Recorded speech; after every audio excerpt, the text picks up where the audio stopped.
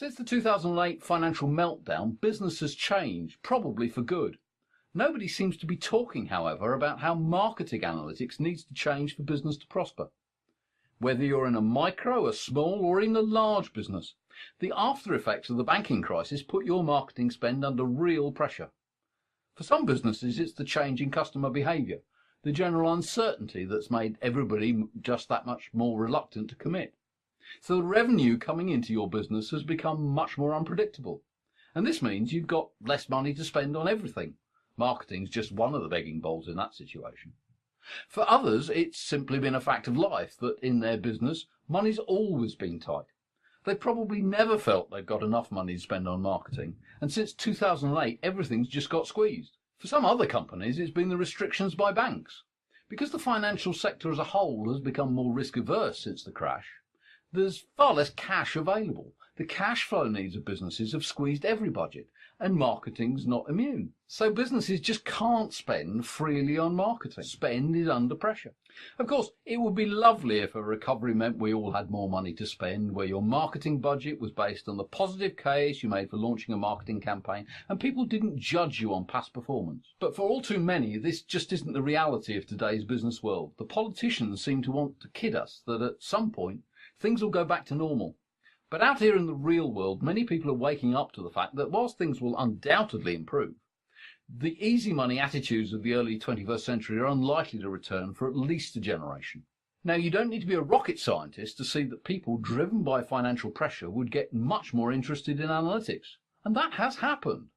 But, and this is what most businesses don't seem to have got hold of, the thinking about analytics hasn't changed. For far too many, marketing people included, analytics is still pursued almost as an end in itself.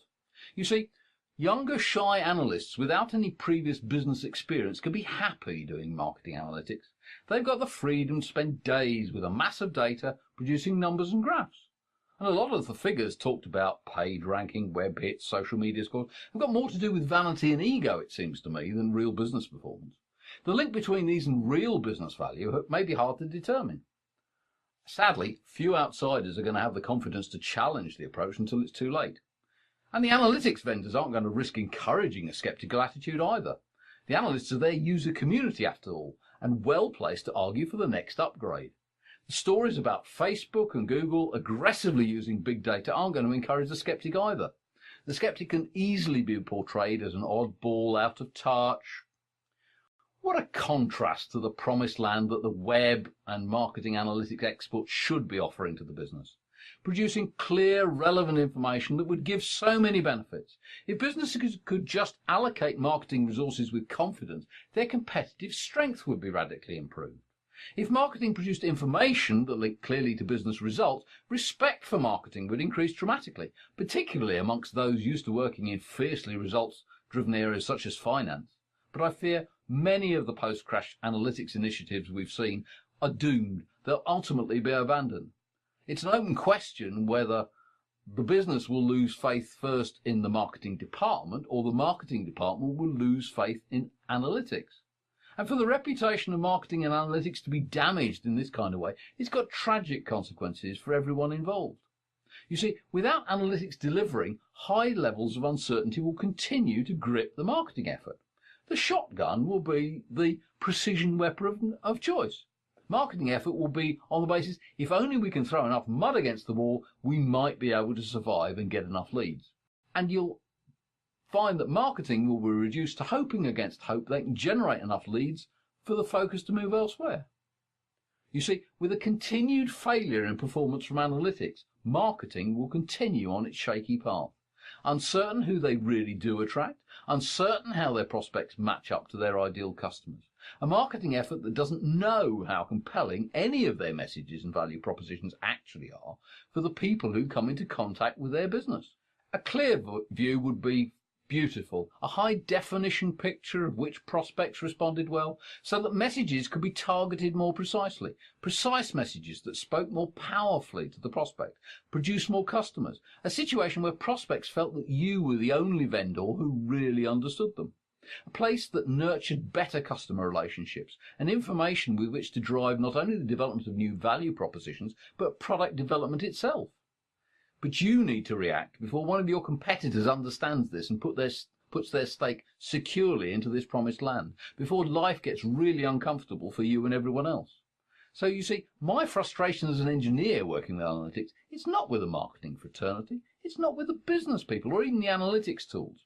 It's with the way analytics is approached, the limited thinking and mindset about the way analytics should be approached. But I'm here to offer you a solution, the key to preventing or resolving these problems. For far too long, analytics has been completely misunderstood, and because of this, businesses have continued to guess about which new products to market and develop. And far too many businesses have been chasing the feature set offered by their competitors. Now, of course, this won't be for everyone. If you're more interested in the safe, conventional wisdom, what everybody else is saying and doing, it probably won't be for you. It's for the rebels destined to be winners who've realised you can't win by following everyone else. So this will be for business owners and marketeers who don't just accept the status quo. Those who don't feel that just because everyone else says something is the answer, they're right.